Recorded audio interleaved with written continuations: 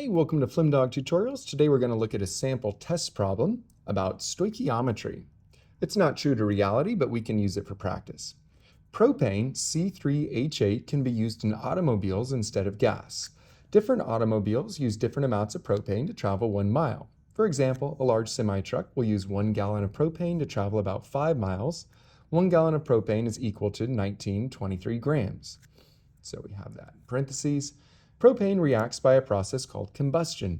A Ford F-150 gets 14 miles per 1 gallon for propane. A Prius gets 40 miles per 1 gallon propane.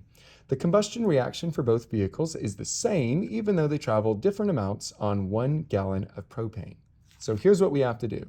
Create a chemical reaction that clearly shows the reactants and products of combustion, balance the reaction, and determine the mass of CO2 that is burned when 1 gallon of propane is burned. Fill in the following values. Show all work for credit. Here we go. Let's start right here. So let's balance this. I gave C3H8, that's our propane. I'll make that C, we'll just pretend it's a little bigger. So I have 3 carbons right there, and as a general rule, I'm going to balance this one last, my oxygen. Sometimes that's helpful. So I have 3 carbons, and I was told in the process that this was combustion. So I need to figure out what are my products going to be if I have a combustion reaction. And we know that when you burn something with complete combustion, you're going to get CO2 and H2O. And those are both gases. So now that we know that, we can go ahead and start balancing. So I have, come back to here, I have 3 carbons. So I have 1 carbon in each CO2, so I'm going to put a 3 out front. I have 8 hydrogens. Here I have 2 hydrogens, so that means I'm going to put a 4 out front. 4 times 2 is 8 hydrogens. Then to figure out my oxygens last, I have 2 oxygens 3 times, so that's 6 oxygens. And here I have 1 oxygen 4 times, that's 4. So 6 and 4 is 10 oxygens. So from this O2, I need to get 10 oxygens. And 2 times what is going to give me 10? 2 times 5 will give me 10. So there's my balanced reaction. Always want to double check. 3 carbons, 1 carbon 3 times, good there. 8 hydrogens, 2 hydrogens 4 times, 2 times 4 is 8, good there. 2 oxygens 5 times, that's 10, 2 times 5, and 2 times 3 is 6, and 1 times 4 is 4. So that's balanced. So I did this one right here, created a chemical reaction of my reactants and products of combustion. I balanced the reaction. Now let's determine the mass of CO2 that is burned when 1 gallon of propane is burned. So if I have 1 gallon of propane that's burned, let's try to figure out what that is. So this is my propane. I'll label that. And we're told that we have 1 gallon. 1 gallon. And 1 gallon, right up here in our work, we're told is 1923 grams. So I'm just going to write down right here, 1 gallon is 1923 grams. And we're trying to figure out the mass of CO2. To clarify this, I'm going to put 1923 grams is what I'm starting with. And what I'm trying to find out is the mass of CO2 that's produced. So I'm going to put a question mark right here under CO2, because that's the column that I'm in, and the mass is in grams. So how do we get there? Conceptually, whenever we get from one place in a reaction to another, that's going to be our molar ratio. And our molar ratio are these numbers right here. 1, 5, 3, and 4. So we'll use that when we get there. And when we make the journey from one box to another, we have to be in moles. So that gets me moles to moles. The noble steed that you ride going from one part of an equation to another is the mole. So that means we need to get grams down to moles. So how are we going to do that? We need to get this down to moles. The way that we do that is using dimensional analysis, and conceptually, we're going to be dividing by the molar mass. Conversely, when we get over here, when we go moles to grams, conceptually, what we'll be doing is multiplying by the molar mass. So we need to know the molar mass. And I already kind of wrote on the top here, so I don't have a ton of space, but let's find out what the molar mass is of the two species that we're interested in, the propane and the CO2. So propane, C3H8, carbon has a molar mass of 12. So I have 12 right there, but I have 3 of them. So it's going to be 12 times 3 plus hydrogen. Let's find it, has a molar mass of 1, molar mass of 1, and I have 8 of them. So 1 of them, and I have 8 of them. So what does that molar mass come out to? Well, 12 times, we could probably do this in our head, but practice our calculator skills. 12 times 3 is 36, plus 1 times 8. I'm going to assume we can do 1 times 8 in our head. That's just 8. That gives us 44. So the molar mass of this one, right underneath, is 44 grams per mole. And the other molar mass that I'm going to need conceptually here is my CO2. And again, carbon's molar mass, we just found that was 12.0. Oxygen's, we use that one quite a bit, but just in case it's not familiar yet, here's oxygen, 15.99, which we can round to 16.0. So oxygen is 16.0, and we have 2 of those. So we got 2 of those buddies, and 16, let's add all that together. 12.0, clear that, 12.0 plus 16 times 2 gives us 44, still 44. That's just a coincidence. It's not always like that. 44 grams per mole. So those are our 2 molar masses. We'll see how that plays in just a moment. Now, when we solve this, we have everything we need. Let's look at how we can solve this out. So the way that I would solve this out now, my first step is to get to moles. So I would take what I'm given and divide by the molar mass. So here I have a spot that says, what is that molar mass? And we just showed that it was 12, which was my carbon, times 3 plus 1 times this 8, which was 44 grams per mole. So we can write that in there, 44 grams per mole. It's our first one. So 1 gallon of gas here. Oh, this says gas. We were talking about propane gas. 1 gallon of, I'll just note that, propane gas. 1 gallon of propane gas is how many moles?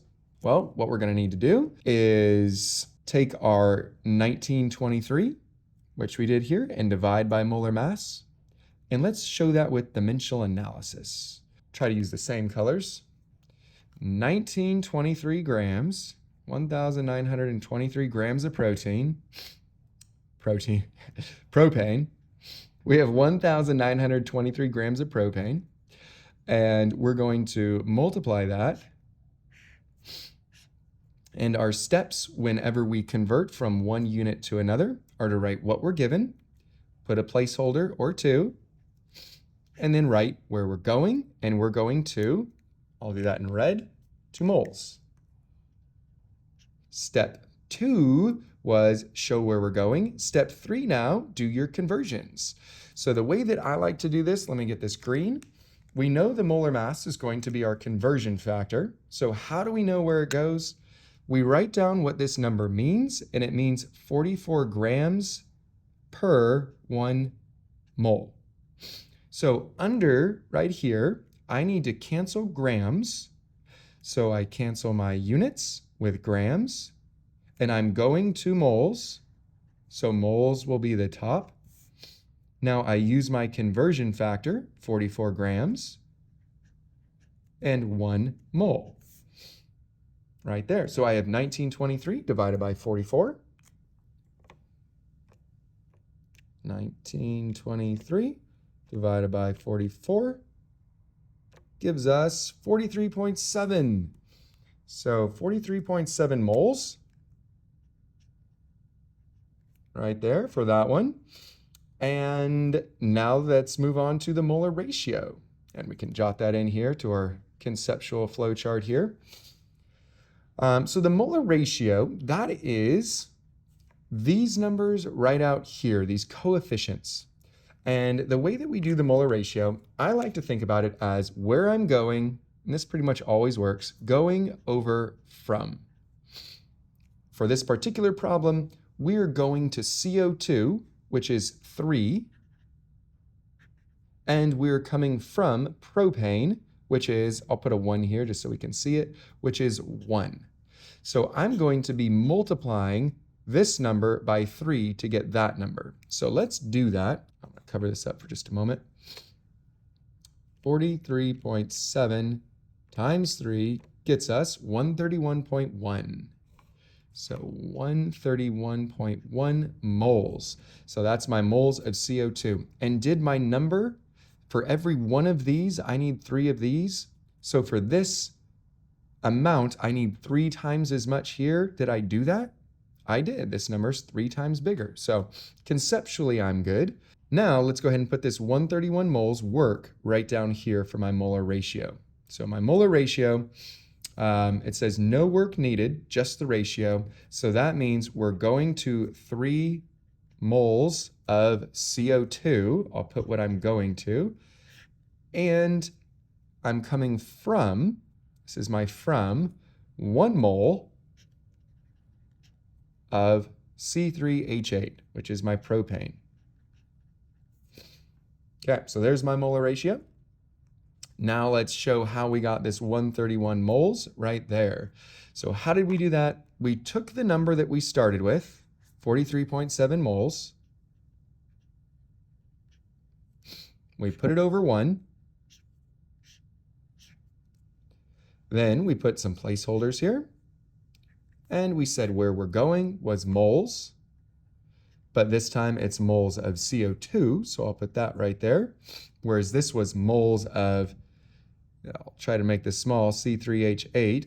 So to get to moles CO2, how are we going to cancel moles C3H8? Well, I'm going to put moles C3H8 on the bottom to cancel that. And I'm going to put the moles that I'm going to on the top, moles CO2 on the top. And now we can say, what was the moles of C3H8? That was 1. Put a 1 right there. What was my moles of CO2? That was 3. Put a 3 right there.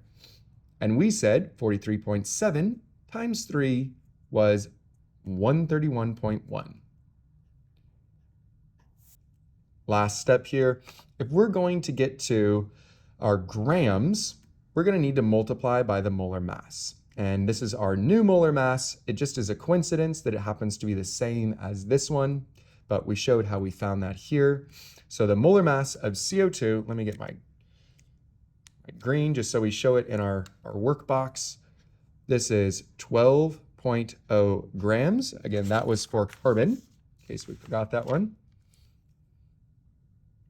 12.0 grams there for the molar mass of carbon. And oxygen was 15.99, which we'll round to 16.0. We're going to add those two together. And since I have 2 oxygens, CO2, I'm going to multiply this one by 2. So 16 times 2, we can do that in our head. That's 32. 32 plus 12 is 44, which is what we got. So this molar mass was 44.0 grams per mole, and that's of CO2. Now our last one here is we have our mass of CO2 produced. So in order to get there, we always just take wherever we currently are, the number that we have right here, we're currently in this place, and we're going to go to that place. So I'm going to take the number that I start with and put it over 1. So 131.1 moles of CO2 and put that over 1. And then I'm going to put a little placeholder right there. And because I'm kind of running out of room, I'm going to put equals. And we're trying to get to grams. So grams, I'll put right there. And this is grams. Again, I kind of ran out of room, but grams of CO2. So that's a CO2. Just use your imagination. So if I'm going to get to grams of CO2, I need to cancel moles of CO2. So I put moles CO2 right there. And I'm going to say where I'm going, which is grams of CO2. So grams of CO2 right there. Now, what are the numbers that go in? Whenever we have grams per mole, we are talking about molar mass. So I'll put this right above. We're going to say 44 grams of CO2 is equal to 1 mole of CO2. Now I know what numbers go in here. In front of the grams is 44. So in front of grams, I put 44. And in front of moles CO2, I have 1. So I put 1 right there. So this tells me just what I said, 131 times the molar mass. 131.1 times 44, which is our molar mass. And that gets us our final answer. Let's plug it in. 131.1 times 44. 5768.4. 5768.4 grams of CO2. So for propane in this hypothetical example, 5768.4, this is how many grams of CO2 would be produced for every gallon that you burn. I hope that helps you, and good luck if you happen to have a problem like this on your test coming up soon. Wonder, oh wonder, Flemdog Science.